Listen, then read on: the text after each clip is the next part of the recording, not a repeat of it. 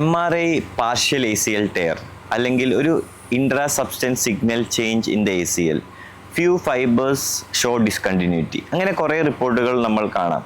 അപ്പോൾ എന്താണ് ആ ഒരു കേസസിൽ ചെയ്യേണ്ടത്? നമസ്കാരം, ഞാൻ doctor Ankit Jose, consultant orthopaedic surgeon, arthroscopy and joint preservation surgeon.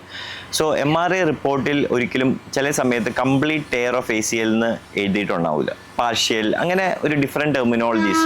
അപ്പോൾ നോർമലി നമുക്കൊരു ഡൗട്ട് വരും, ACL സർജറി ചെയ്യണോ വേണ്ടയോ, അല്ലെങ്കിൽ ഈ പാർഷ്യൽ ടയർ ആയതുകൊണ്ട് ഫിസിയോതെറാപ്പി ചെയ്താൽ അത് ശരിയാകുമോ, അല്ലെങ്കിൽ ഒരു regenerative procedure PRP, BMAC, exosomes, അങ്ങനെ ഒരു പ്രൊസീജിയറിലും നമ്മുടെ ആ ACL സർജറി ഇല്ലാതെ ശരിയാക്കാൻ പറ്റുമോ?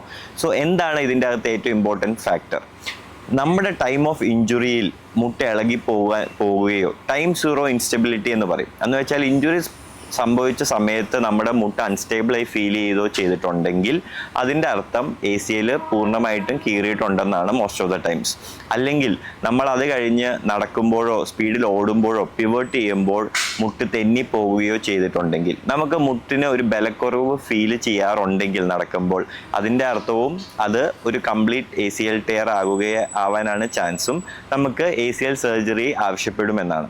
MRI മാത്രമല്ല, പേഷ്യൻറ്റിന് ഇഞ്ചുറി സംഭവിച്ച മെക്കാനിസം, പേഷ്യൻറ്റിൻ്റെ ക്ലിനിക്കൽ ഫീച്ചേഴ്സ്, പേഷ്യൻറ്റിൻ്റെ എക്സാമിനേഷൻ, അതിൻ്റെ ഒപ്പം എക്സ്റേ, MRI, ഇതെല്ലാം കൂടെ നമ്മൾ കമ്പൈൻ ചെയ്തിട്ടാണ് ഒരു ഡെഫിനിറ്റീവ് ഡയഗ്നോസിസിലോട്ടും ഒരു ഡെഫിനിറ്റീവ് ട്രീറ്റ്മെൻറ്റ് പ്ലാനിലോട്ടും വരുന്നത്. അപ്പോൾ പേഷ്യൻറ്റ് ടു പേഷ്യൻറ്റ് ഇത് മാറുകയും ചെയ്യും. സോ പേഷ്യൻറ്റ് സ്പെസിഫിക് ആയിരിക്കും എല്ലാ ട്രീറ്റ്മെൻറ്റ് പ്ലാനും സർജറീസും.